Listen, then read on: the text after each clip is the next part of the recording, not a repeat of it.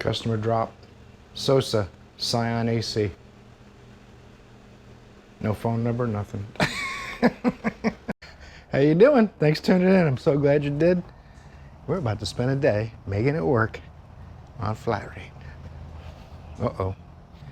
Fixing cars, getting things ready so we can try to see what we can do today to make a difference.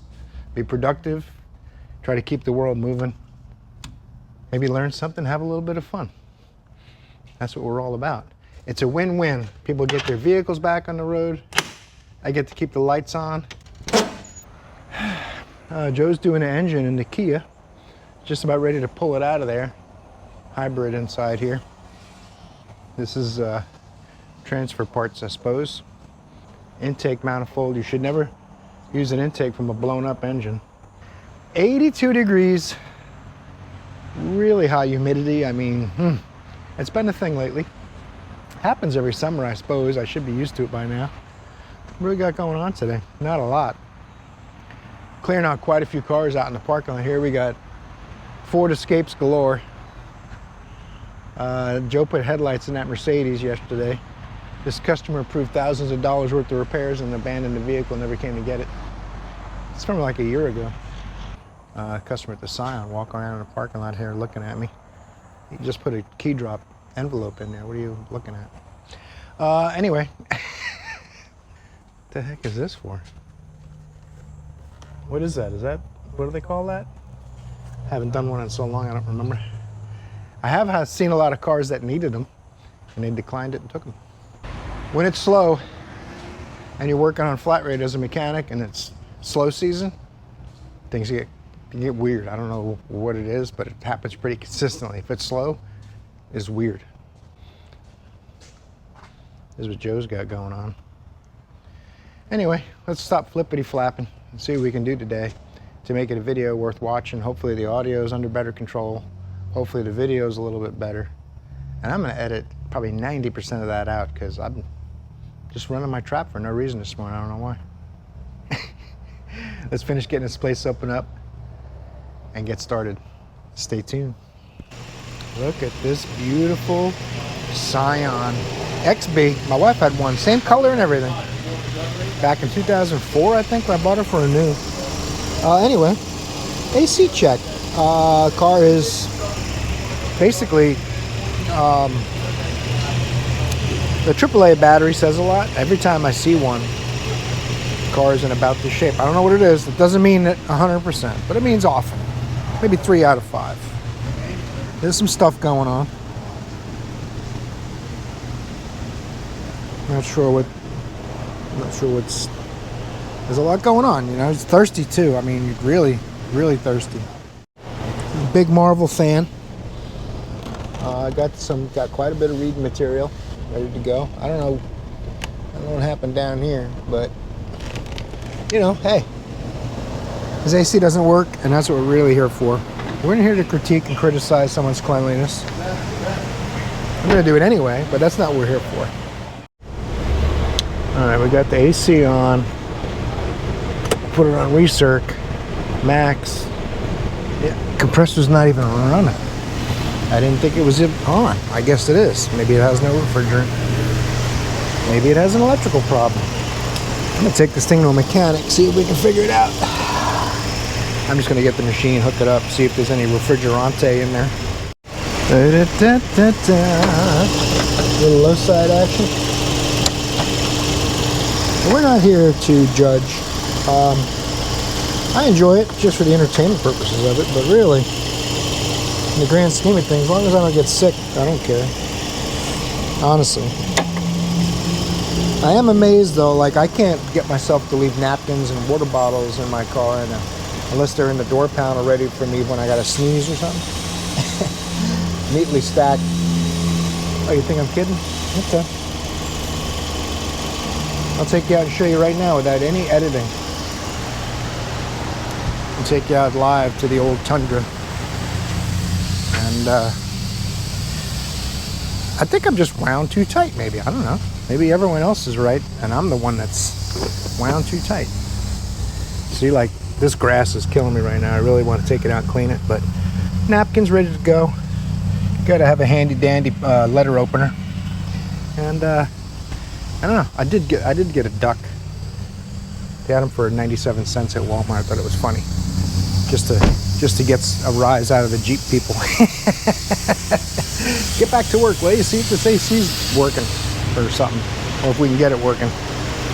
I'm talking too close to the camera again. It's going to make it echo like crazy. I got to remember not to do that. I put the camera 6 inches from my face because my other GoPro would just switch to that mic instead of this one. Or if I have this one attached, it turns off the camera mic and only uses this one. It does have some refrigerant in it. You know what that means. Let's see. AC magnetic clutch.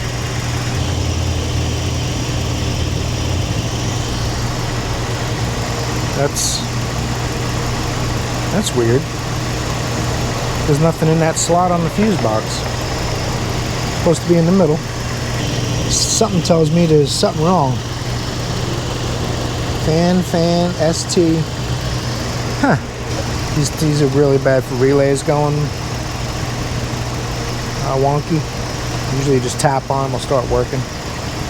But I gotta find out why there's an AC MG not even in there. Let's go look at this fuse box. Yeah, you gotta have a couple of them. You know, if you're doing this, if you're designing vehicles, you gotta have a lot of fuse boxes. This one, ABS. So that's not gonna do it, right? All right.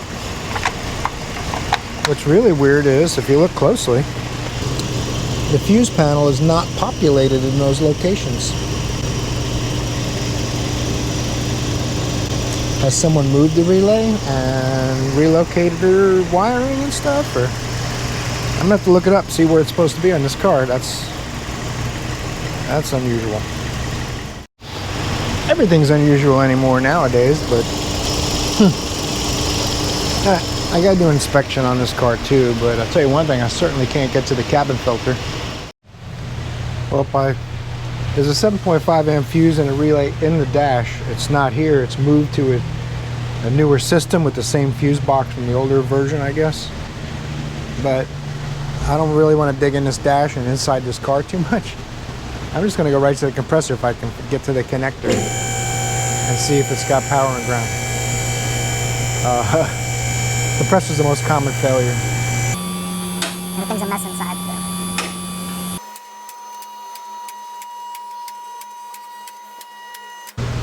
Well, that's unfortunate. Oh, there's something here. Oh, let's see. There's a, I guess if I take this plastic panel off, I can probably see the other end of it. But that's the solenoid that turns it on and off from inside. I guess I'll take this plastic. Oh, there it is. See it? What's the big deal? There it is. The blue and the black and white. The black and white's ground, and the blue up there is duty cycled by the AC amplifier in the dash. And what they do is they run the ground. The 7.5 amp fuse powers the compressor. It's grounded when the system is off. And when the blower relay turns on, it sends power to the blower motor and power to the 7.5 amp fuse from the blower relay. Kind of strange. I printed out a wiring diagram I'll show you in a minute, but I got to get a back probe in there and see if there's power and ground out here. That'll be the easiest way and the least chance of catching something, I think. Alright, now I got the one in. You're probably not going to be able to see anything through my big shiny head, but that's what we got going on in there. Make sure neither of the probes are touching any metal or doing anything silly. Now we should be able to hook a voltmeter and see what's going on. Now if it's duty cycling it on the power side, the voltmeter is just going to go, and you'll see the little bars at the bottom moving back and forth, and the voltage it'll try to average. But you'll know you have activity if it shows 7 volts. It's duty cycling about 60%, that kind of thing. Get this meter hooked up, lower it down, we'll take a look. That's a 4K lowering ceremony. It's got to be sharp, that picture. You guys try to notice if you can tell when it's 4K and when it's 1080, and let me know in the comments. Maybe a little timestamp, 5 minutes and 20 seconds, or that kind of thing. And the further away from the camera I am, I notice the better the audio is too. But I did order I think I mentioned it yesterday, I ordered a media mod, they call it, which gives you a cold shoe for the camera to put a light on it, which will help. I had it on the other camera using a media mod. And it also gives you some plugs to hook up other things. Let's start it up.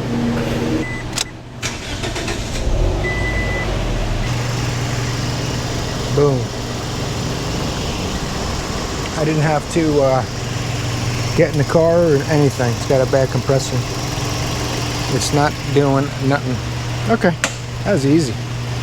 I was a little panicked about having to climb in there, and if I did have to, I'd have got some seat covers. We have these big plastic seat covers. I'd put them on the floor for climbing around, but I don't have to now. See if they want to fix it. Oh, here's the wiring diagram while we're still on 4K. Not sure how far I'll be able to crop it in, but we'll see. This is the magnetic solenoid in the compressor. The black and white is the ground, and the blue and black is the power, and it goes to the AC amplifier, which is right here. And you see there's no relay or fuse in between the compressor and the amplifier. Now it gets power from this fuse, 7.5. When the blower relay engages, you can see, if you look at the path of the fuse, it goes to here, it goes to the blower motor. Well, when it's connected to here in the relay, when the relay is off, it goes to ground. So when this blower relay turns on, that leg goes to power, the blower turns on, and it also, since this contact closes to this 40 amp fuse, the little leg that connects right here sends power out to the 7.5 amp fuse, lets the AC amplifier know we're looking for AC. It fires up the solenoid in the compressor. That's obviously bad, and that's how that works. So the fact that this is AC magnetic relay in the fuse box is irrelevant. Like I mentioned earlier, they use that fuse box probably in the 2004 and 5 models. 2006 they went to this system, and they had plenty of fuse boxes to use. This Traverse, I don't know if I filmed it or not, real simple one. It has a clogged washer nozzle. So I gotta pop this cover off, get to the washer now. Should be quick and easy, I think. There's another thing that I was like, that's not gonna be interesting, I probably shouldn't film it. But you know what? If you want some kind of a video today, you have to wash a nozzle. You have to watch a washer nozzle get replaced. Now I don't know if they're getting both for one or what. I told them I could try to clean it. I don't know if I'd be able to until I try. The customer also wants shocks and struts, which I think on this one is coilover in the back and struts in the front. You gotta look. I haven't even looked at them, so.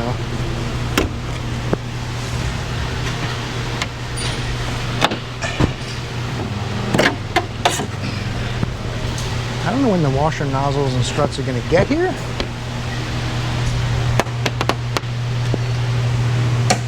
But I think I'm going to go ahead and take it apart.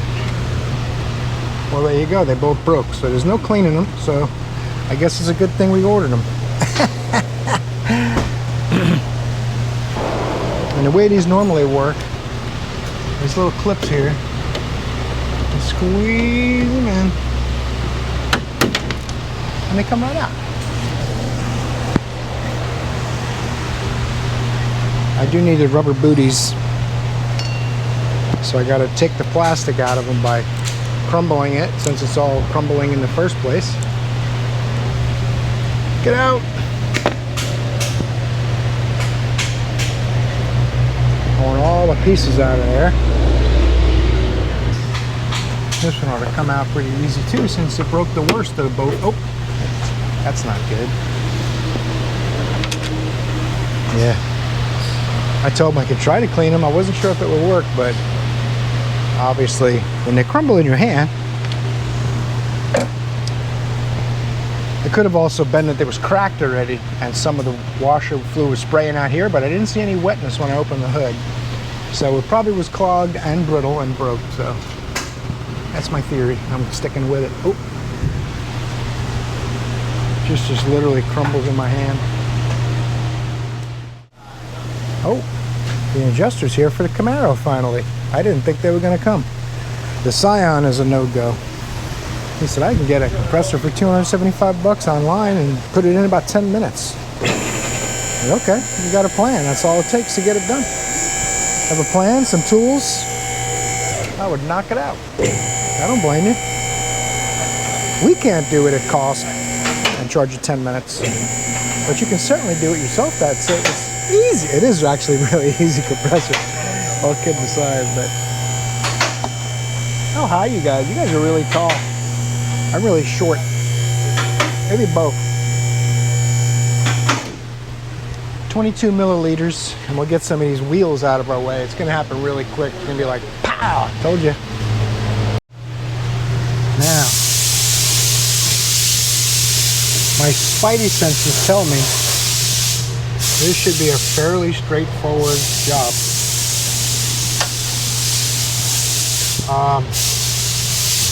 Not trying to brag. Don't get me wrong. But I see 2 strut bolts on the bottom. I don't even remember if it's under the wiper cowl. Hey man. We're in production over here. Hot set. You guys have some nerve. Guys have some nerve over here. Trying to act like they're just at work and my YouTube channel doesn't even matter. Note, gas filled, do not open. It makes me want to drill it right here. I don't know why. That's a bad thing. I don't think you should be in that frame of mind. I think this is 22. This could be 22. 21 and 23 or 24 or something along those lines. Oh, you tried to shut off, didn't you? All right. I think these are the ones that are splined in here. Yep. If they weren't, they would have just spun a little bit right there.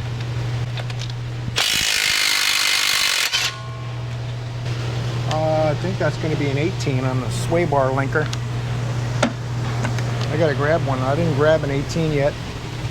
You guys wait there. I'll be right back. I'm going to check it on this side. Yep.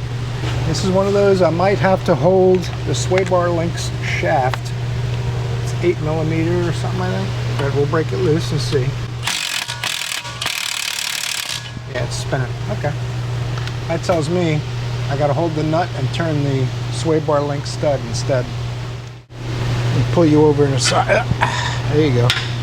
Get you a better view. I want the video production to be top of the line this week, baby.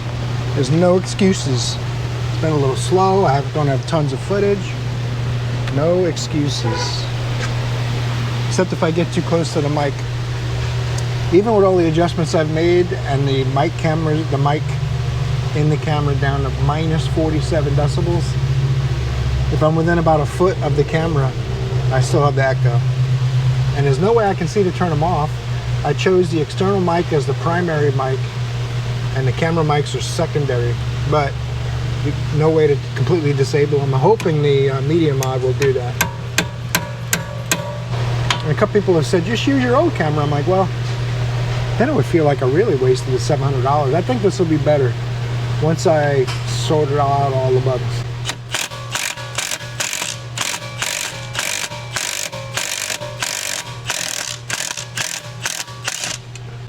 That's the end goal, is to make the content better for you guys, but a couple of stumbling blocks along the way. And a little bit of physical abuse here. We're going to have to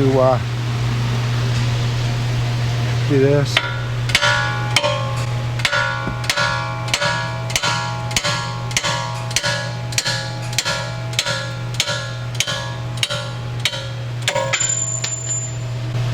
Gravity check. It's a good thing I'm nimble. Otherwise that would be a problem. You can use an air hammer for this. And there are no threads. They don't come all the way to the end. It's missing 3 or so threads at the end. So you can see it's pretty forgiving. And you don't have to hit them hard. You're only in there a little bit. And these are slotted. It's dead center in the slot, so we'll set it up the same way going back together. I swing the hammer this way because of that stuff.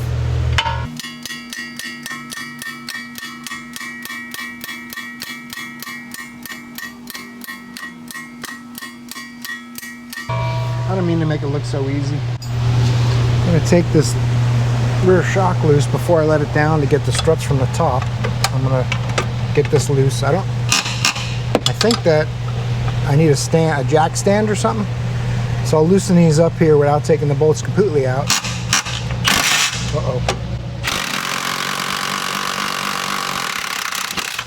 Yeah, that's how I know there's a weight on it. The spring's going to want to go places. We don't want any of that. So I will just loosen everything, let it down on the jack stand. When the shocks get here, I can just pop them in one at a time. This one here is a little lower. You gotta look down here. What are you doing?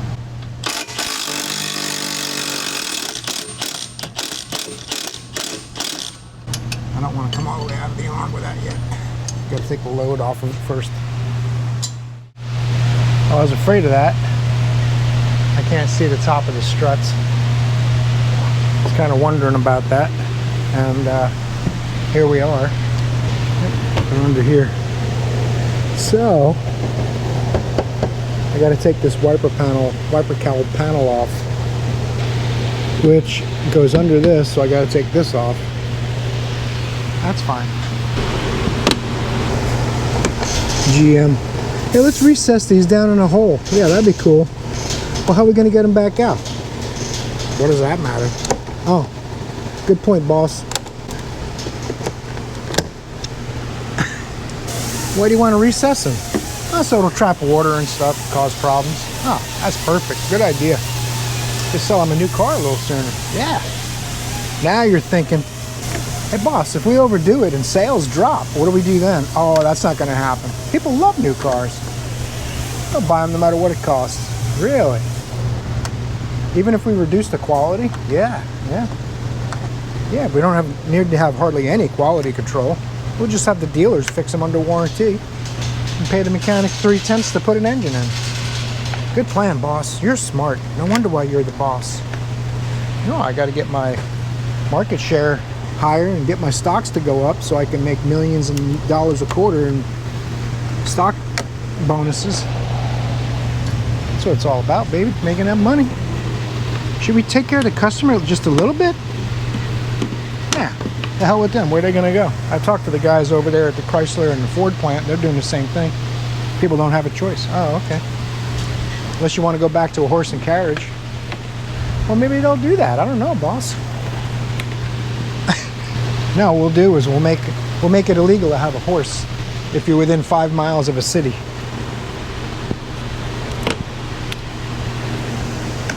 How are you going to do that? Oh, I got the politicians in my pocket, man. Don't worry, we got it all taken care of. We're going to make a killing. I wish I was making all that up. It pays to hide a mic in the conference room at the Marriott.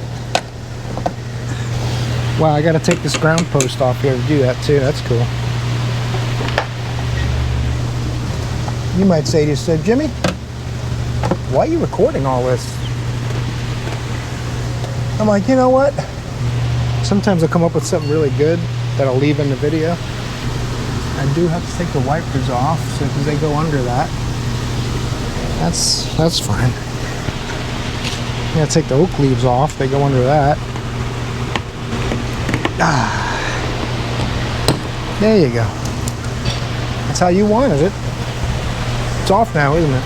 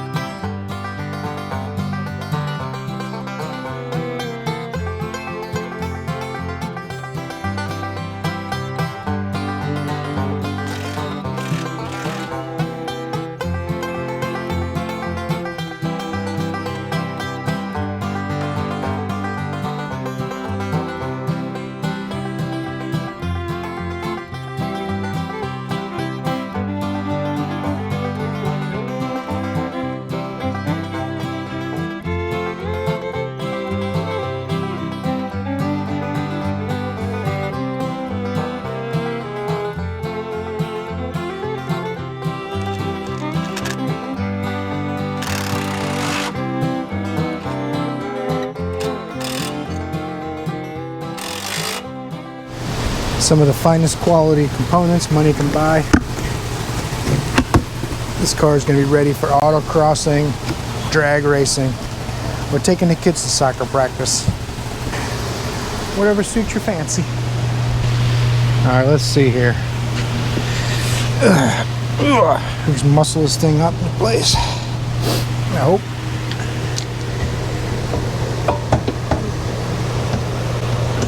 It's a matter of whether you find the holes for the studs before you get tired. Now you got to hold it up with one hand like you're curling. It's easy. Well, maybe it's not easy. Maybe it's possible. That's what I should say. It's possible. Even for an old guy.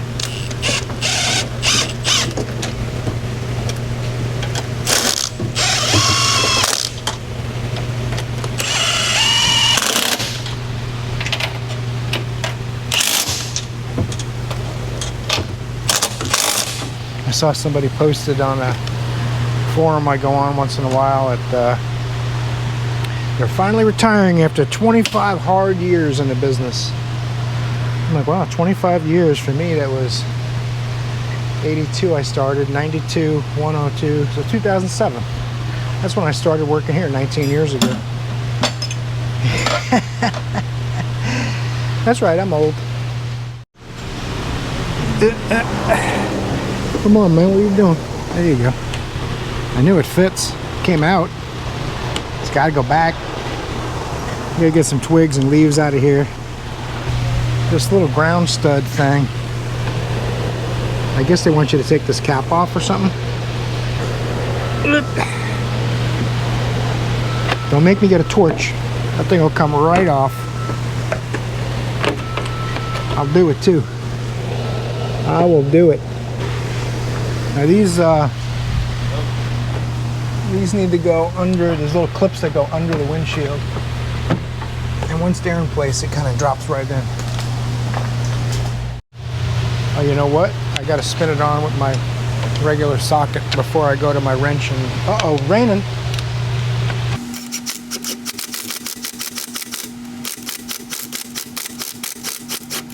Anytime you hear the impact gun ratchet or clank a lot, then it means it's turning the nut. But when it stops like that, you're done.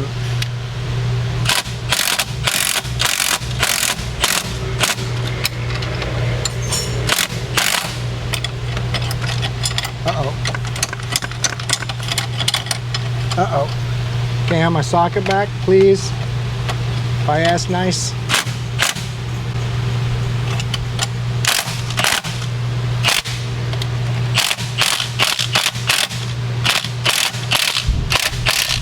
Well, that sway bar link ain't coming off anymore, just so you know. But I don't have a choice. I need my wrench back. I need my socket back. Perfect. I know this goes in here.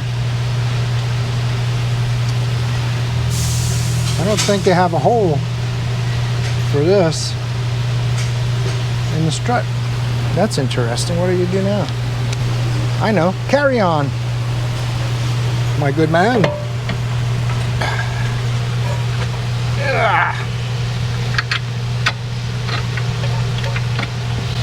That's why they pay me the big bucks, lifting suspension parts. I'm surprised I remember how to do these. It's been a while. Remember, it's all coming back to me.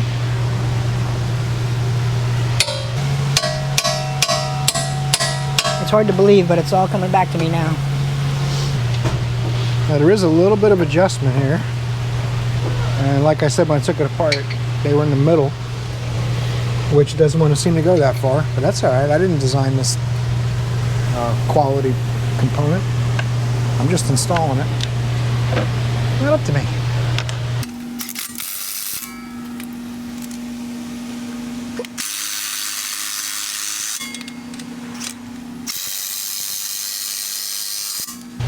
Ooh, that's loud. I should have got earmuffs.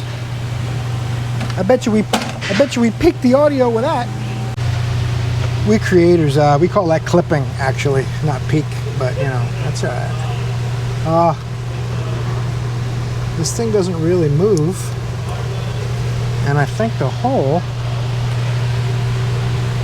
is either where the bolt is, which doesn't go all the way through. It hits the knuckle there, I think. It doesn't reach up here without stretching the...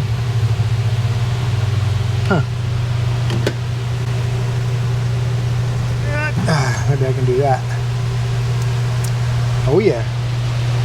Problem solved. I'm gonna get the wheels on this thing. We're doing alignment too.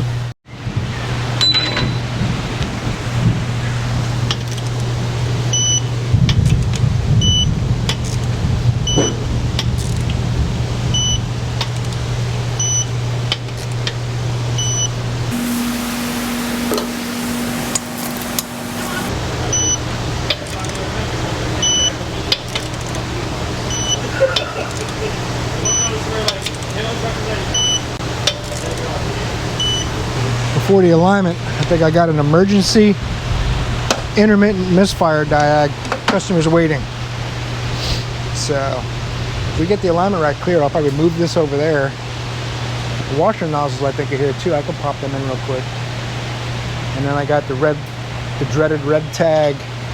And it's about an hour before lunch. We got plenty of time. This will wait till after lunch, I guess.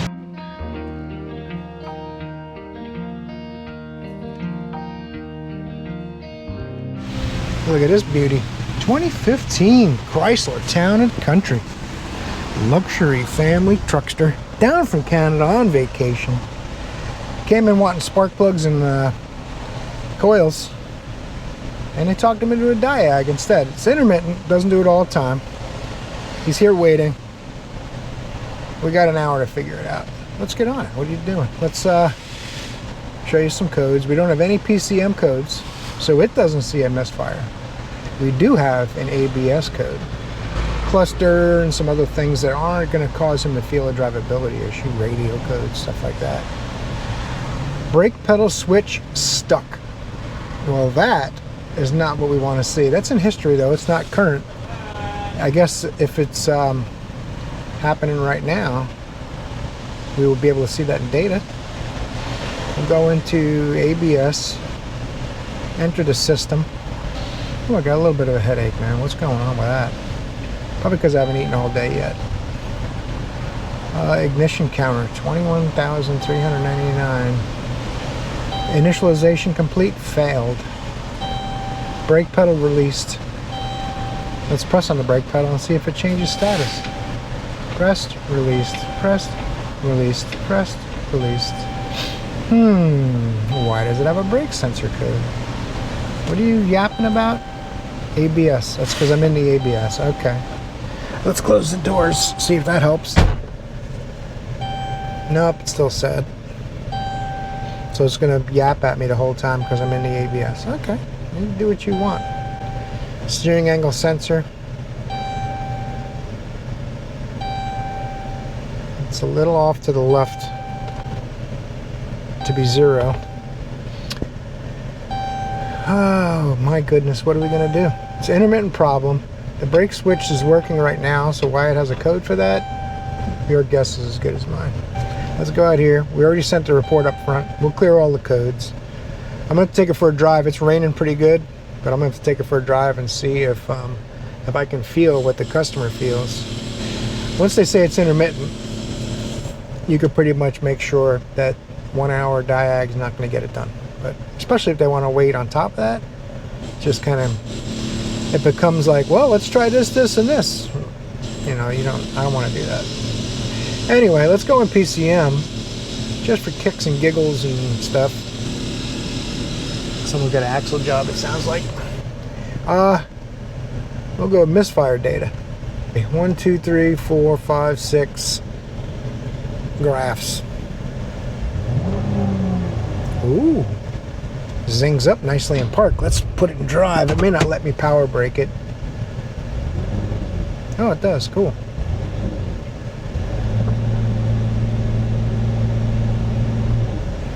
I don't want to load the converter too long. You'll overheat it. We don't want to do any of that. We just do it for a little bit for testing. Taking it out on the road is going to be the ultimate test, I suppose. We could also go OBD2, and it won't lie to you in there. Confirm, I'm going to exit. Confirm, I'm going to exit. What is an update? End the task. OBD. I'm going to get this hooked up. It's going to look through the protocols, figure out which setup it has. And then we'll take a look at some misfire data in mode 53. So I'll let this cook. I'll bring up the data. I'll show you how to get to it, and we'll take a look. And one of the things I like about this scan tool, I'm not sure if everyone's doing it now, but I know the top-down one is. It's breaking everything down instead of just giving you the numbers. Mode 6, mode 5, and all that kind of thing. We want 53. In the old days, oh, wait a second. In the old days, you had to go into mode 6 and then find 53. But nowadays, it shows you right here separately. Misfire data for 1, 3, well, that's actually cylinder 2, A3.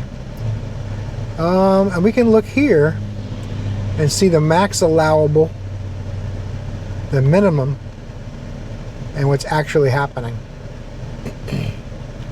So, zeros, zeros, zeros. Aha! There's been some misfires in cylinder 6. Even though it's not happened now, there has been some. Not many. Misfire counts for last driving cycle, 1. But it should all be zeros, really. So he probably does have something going on ignition related, but I'm going to try to get it to do it. I'm going to take it for a drive, and then we'll come back. Well, we did get a misfire on cylinder 6. I didn't get to pull out of the shop. I was just getting ready to pull out. I reread the customer's symptoms. I was just getting ready to pull out, and I felt the car go, ugh, and that popped up. So there was definitely something going on in cylinder 6, although not very terrible. I'm thinking the plenum probably blocks cylinder 6 in this engine. I'm not sure. But I'm going to go out there and take a look. See if we can look at the coil and plug on cylinder 6. It's weird how it did it. Right as I went to grab the shifter, I felt the car go gunk, and I looked and it popped up. So, that's right. You can't get to anything on these. He does need tires and stuff too. That's driving down from Canada. That's amazing. How do these things work in Canada? Can't imagine there's any traction going on. They're not completely bald, but they're close. My goodness gracious. There's nothing easy to get to on this. I'm gonna have to get permission to take things apart and do a seek and destroy mission. Well, we're what we call in the business out of kilter a little bit. I didn't think I could move the camber that much, but I guess so. That's also why it's towed out. When you have a tie rod end attached and the upper strut mount lets the wheel tilt like that, when that tire tilts out, the tie rod end keeps the back of the tire in place, so the front of the tire goes like that. As it cambers out, it kind of does that. So when I get this a little better, it'll make the toe closer. It'll still be out, but matter of fact, this one's got to come down a little too. It looks like it wants a couple of tenths, like 0.2 negative or so, to be in the window, 0.4 maybe. So hopefully, loosening those 24s. Fast and Furious Camaro guy. Hopefully loosening those 24s will let it just go gunk and be perfectly green. We'll see. I had a tune-up to do on that van I looked at, but customer decided while I was at lunch he didn't want to spend the money and took it. So, problem solved.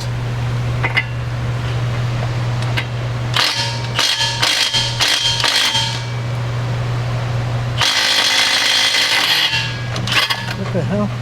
Why is it not turning? I just tightened it. I know it's not over tight. You know what? It's at a slight angle. Let's get because the tire's on now. Okay, I'll fix it. When you use these, it's best to use a locking universal, but I don't have one right now. So just got to be careful not to put your face where the socket's at in case it gets ejected when it spins or something. But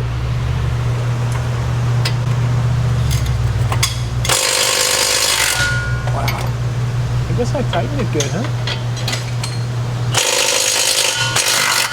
There you go. Is it green? Oh, almost. You see it move? We got real close. Real close. And the toe got a degree better. So now I might need to jounce the vehicle to get a little more. I'm gonna call that good.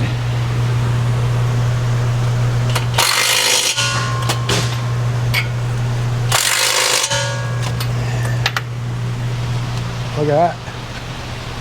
Ta-da! Got one more to go.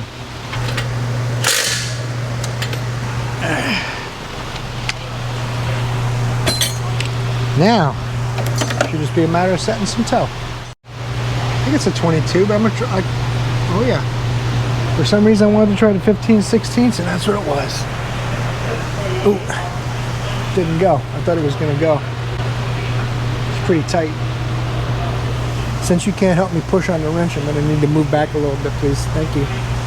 Gotta leave me some room to work. Ah. Ooh boy. Well, looks like my nuts might be rusted to my shaft, and we don't want that. So, what am I gonna do now?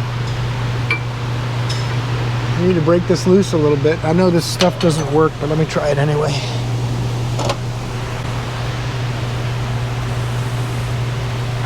Oh, don't get on my light, man. What are you doing? My light is plenty rust free. I'm gonna spray the other one ahead of time. We gotta go over there too. Be generous with it, because it doesn't work anyway. Might as well use it up. In this dilemma, I'm gonna probably try to hold my nuts and turn my shaft so that it will break free. I don't know if it will, but and I turned it the wrong way because it's the easiest way to get more leverage. It's green on the screen up there. I'll show you in a second. Now I gotta keep this shaft from turning and just try to turn the rusty nut.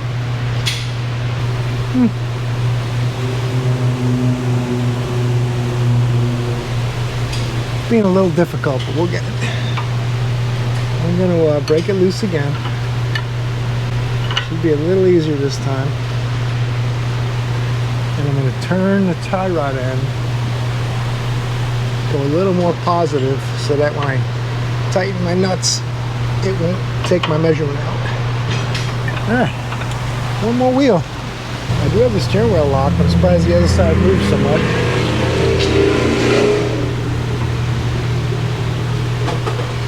Which tells me that I need to bump it back out. Something like that. Now this one also, I have to try and hold the tie rod end while I turn the nut, because it's frozen to the tie rod end.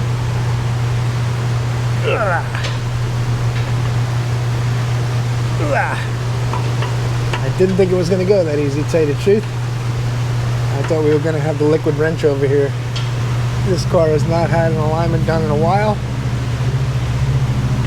It's weird, it's not really rusty, but spots of it are rusty.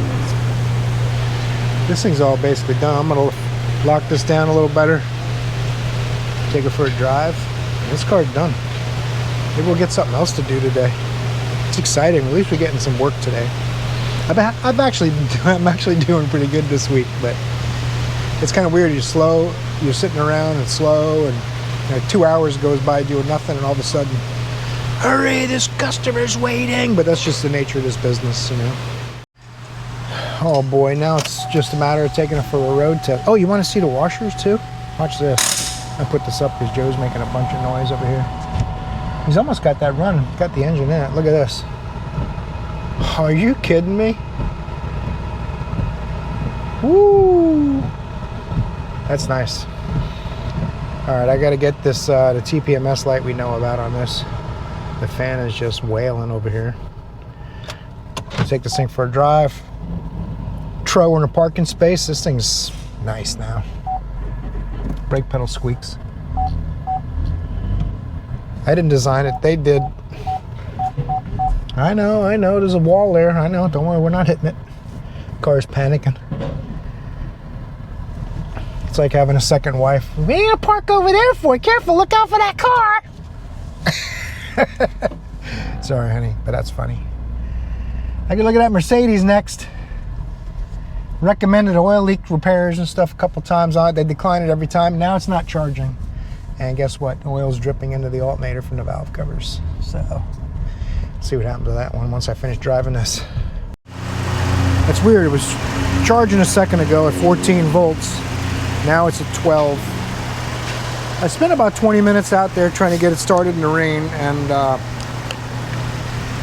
less than spectacular results. I had to get the conventional jump box because this would time out by the time I got around to the seat.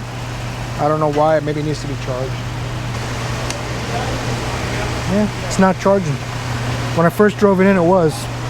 That's a bad sign for the alternator. I was talking to you about oil leaks earlier. It's the alternator down there soaked in oil. So, I'm going to reiterate oil leaks again. Tell them they need an alternator. We could entertain going to the back of the alternator and testing the wiring for resistance and all those kinds of things, but you can't get to it on this car. It's probably 4 hours labor to do an alternator on it. I'm not sure, I'm guessing, but we'll see. I gotta do an inspection too. So, not really enthusiastic about it, but this is something that's not optional. If you don't want to fix it, then it just goes out in the grass with the others. Because our grass car volume is getting low anyway. Let's see what kind of Earl level we got. You're welcome. Uh-oh. Got no quartz on the dipstick. That's a shame. It's a Mercedes. I mean, just buy another one when you wear it out. No big deal. I don't want you getting jealous. This here is an E250 van. See, it runs a little rough. I hear it ticking. You gotta do an inspection. You gotta do a diag. It's getting late in the day, but we're gonna try to see if we can get something figured out. According to the Making It Work clock, we don't have much time. And I've been sitting around about 3 hours today, and almost everyone's backed out. The Mercedes backed out, everything. They all just want them checked and then they leave. The guy with the van with the misfire, he's from out of town. He's got to get it done right away. He wanted to wait for it. Now he's going to drive it to South Florida where his friend's a mechanic.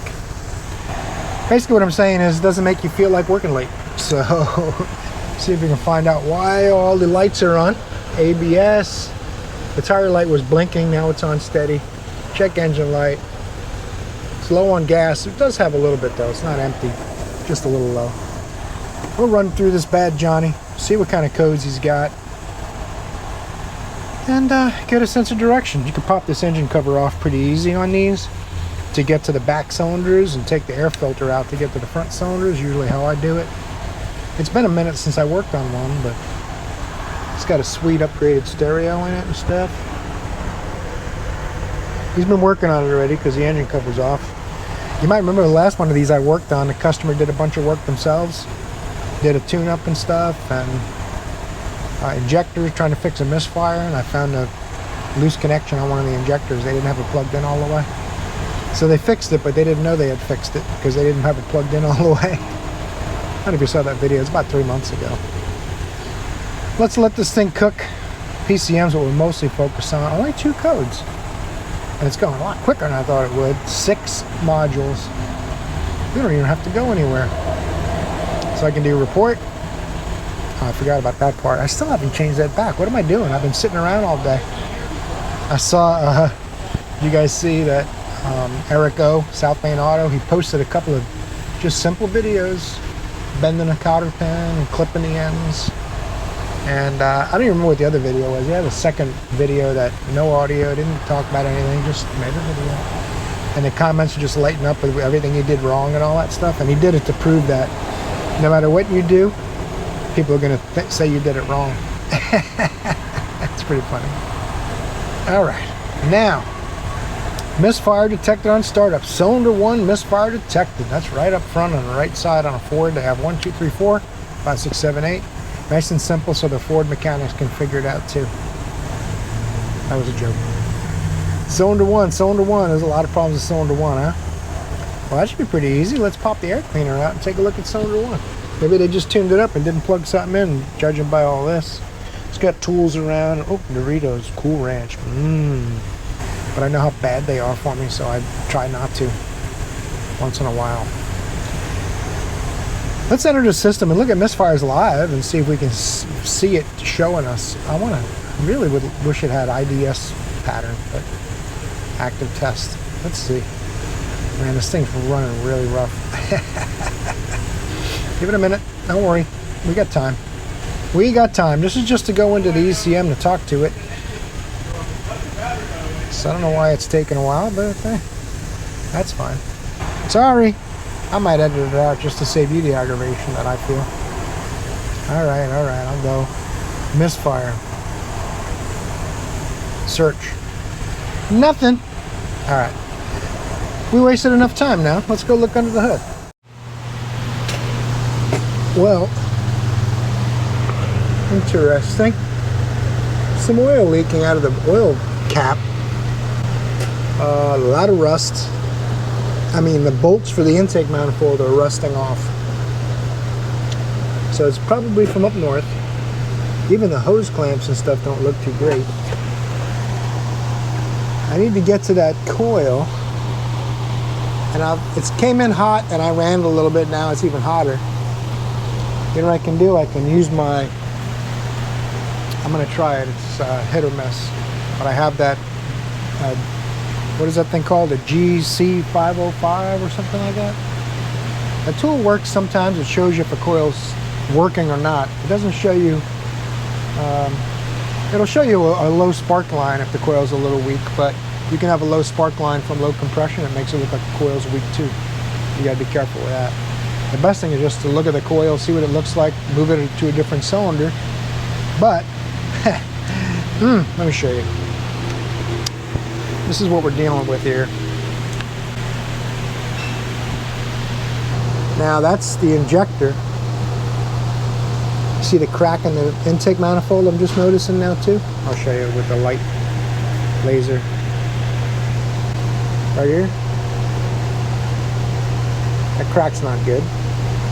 It's not leaking any coolant or anything yet. That's the coolant crossover, but the coil that I need to look at is right here.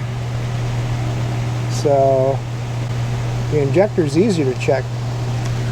I can listen with my stethoscope, see if the injector's clicking, and I can use my GC whatever. See, I can use my here it is, GTC 505. The idea behind it's really good, and it works. Like I said, if you use it a lot, and you get used to what it shows you, and you know about rasta patterns and all that kind of thing, spark lines, low compression, you go to low spark line. I had to pull the cover off because it disintegrated. Never good when Jimmy got to bring the scope out. Never good when you gotta bring the scope out. He was actually for a quote on spark plugs and coils. This guy? Yeah, I was like, nope, we gotta diagnose the surface. Is he friends with the guy with the caravan? Apparently so.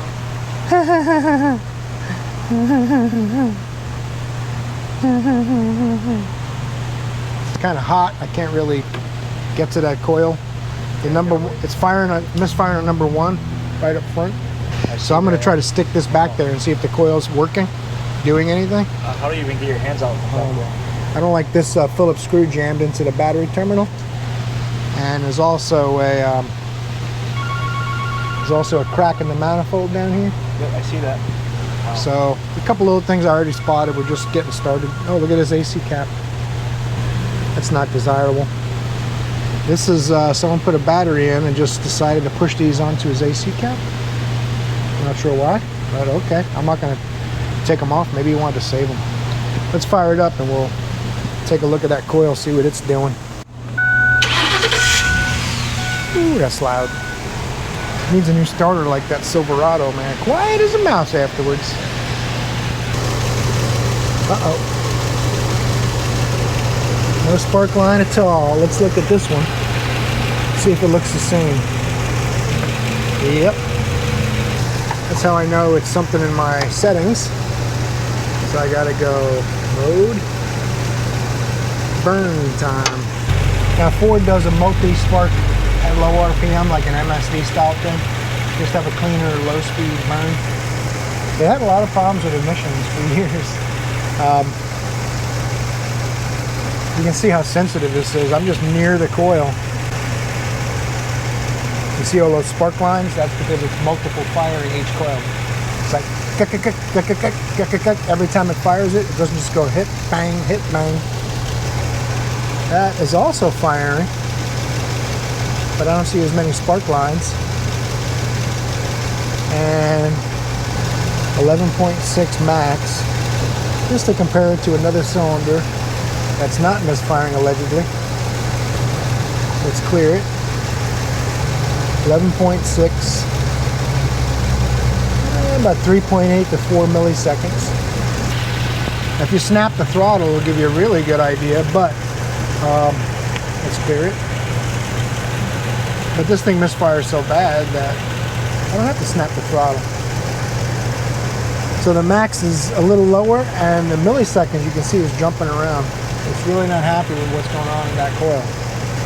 Now it's not firing it, but if it misses every third cycle, it'll misfire. So it's not supposed to miss any cycles. I'm only using my light just to find out where the coil is at. It's showing you the primary ramp time, the action of the ECM turning the coil on and off, and collapsing the field. It turns it on, it builds energy. When it turns it off, it collapses the field, it shoots out the spark. See what that spark line's doing? I hope that shows up.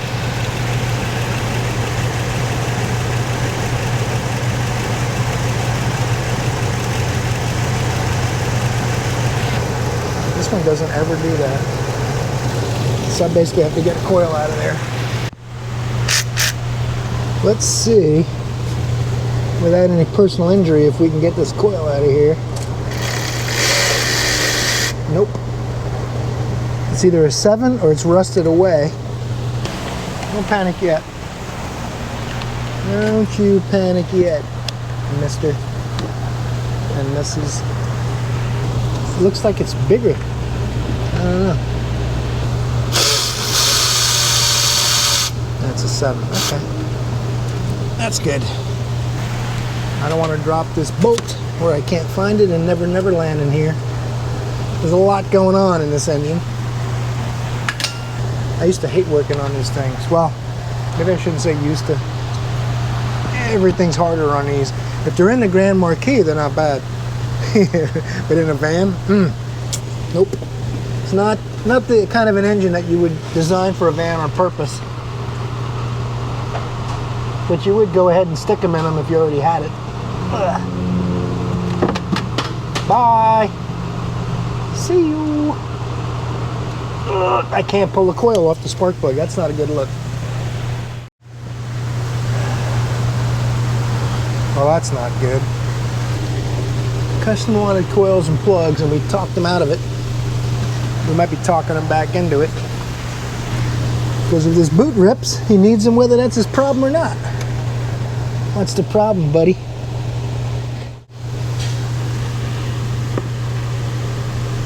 Oh no. Been on there a while.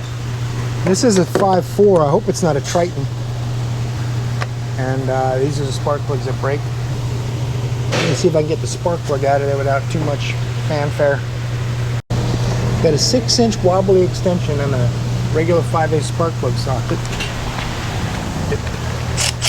Since there's no place to spin a hand ratchet in there,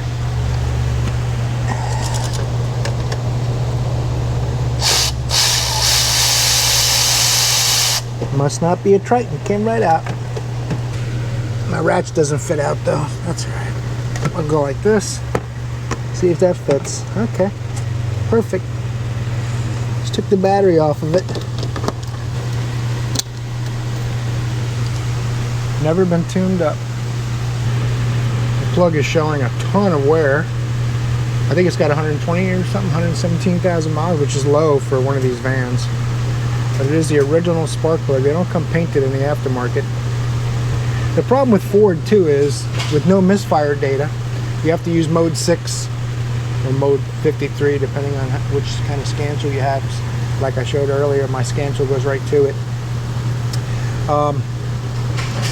If I move the plug in the coil, sometimes Fords won't show you a misfire if you drive at 18 miles or something ridiculous. So we haven't cleared the codes for that reason. On a Ford, they're the only manufacturer, well, I shouldn't say only. There's very few manufacturers that make it so hard to find a misfire unless you have their factory specific scan tool, because they don't like mechanics or customers. So that's how they do things. They make it hard to figure out what's going on unless you have their equipment. So you got to go to them. And they don't have any mechanics in their bays. What they say, we have 6,000 empty service bays and a 600,000 technician shortage. And we made it so you can't work on your own car or bring it to a local shop. I found me a coil in our stash. We got, it's not that coils go bad, but we save the good ones. If someone has a bad coil and they say, well, just change all 4, we throw the other 3 in this pile for just such a purpose. I don't have another spark plug to try, but these are a bear to get the spark plugs out. I would normally just move the plug and coil. And I'm like, you know what? That plug doesn't look bad. Let's go ahead and put a coil on it. Put that plug back in. This is my new coil. You can see how much fresher it looks and nicer. Don't mix them up, whatever you do. If it was easy to get to the other cylinder at number 5, I would pop it out of there and move the plug. But if you look at the plug very closely, if it has a cracked porcelain or something, you'll see it'll look like literally a piece of hair on the plug. You'll see what looks like hair.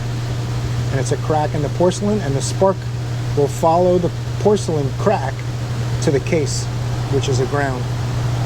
So you don't want that. This porcelain is an insulator, because the spark goes in here and tries to get to the ground of the case through here. So if this cracks, it just goes outside. It doesn't get into the cylinder. So, long story short, I'm going to try putting a coil in it just to see. And if it doesn't work, then in the morning I'll try switching a plug in the coil, and we'll see if the problem moves. The problem with it moving, like I said, I want to see misfire data. Can't hardly do that because found in the shop dead. You know what I'm saying? If I could move it like a normal car and see misfire data and then watch the misfire move, it'd be great. It's not up to me. It's up to the fine folks at Ford who can't understand why their sales are in the dump and the mechanics are all ripping them apart online. They can't understand what the problem is. Can't we do whatever we want to you and you'll take it? And say things like, built Ford tough.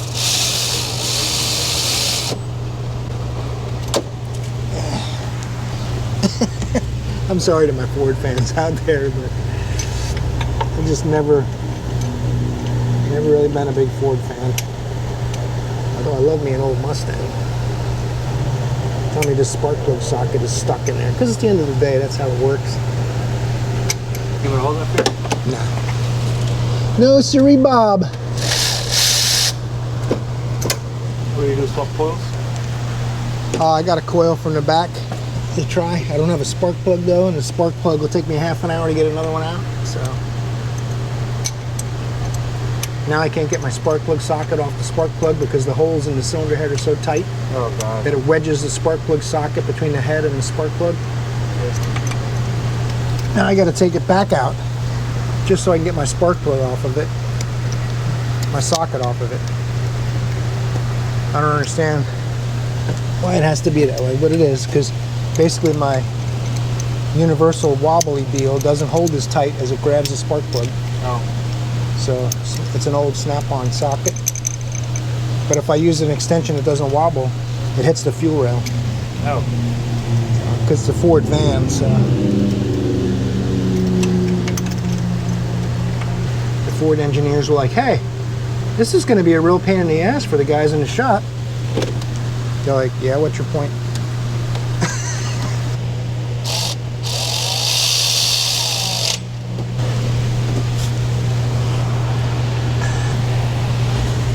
He's acting like this is customers waiting, but it was in a black envelope. Maybe they're waiting anyway. I don't know. I'm not staying late to do it, so someone's going to be sad if that's what they think. No, you can't, when your hand's in there threading the bolt, you can't see where it goes. So you just kind of move the coil and the bolt around, all of a sudden you feel it kind of drop into the hole. Don't use a power tool, even though it's really tempting, especially when you're tired and it's the end of the day and you've been standing around half the day. Come on. I know to reach, I got it out with it.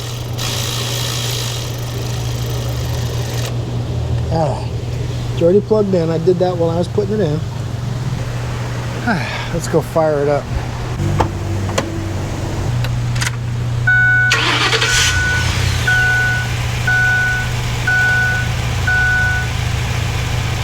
Yay! It's fixed. Remember, this was all shaking real bad before?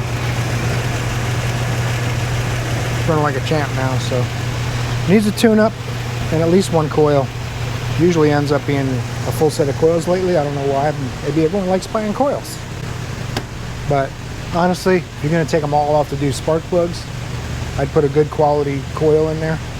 So we'll see what happens with this. At least we figured it out tonight. That's cool. Could even take it like this and charge him for that coil. Tell him he still needs a tune-up. It's not up to me. Went ahead and cleared the codes just for fun. P1000 means we haven't run the monitors, but there's no other codes.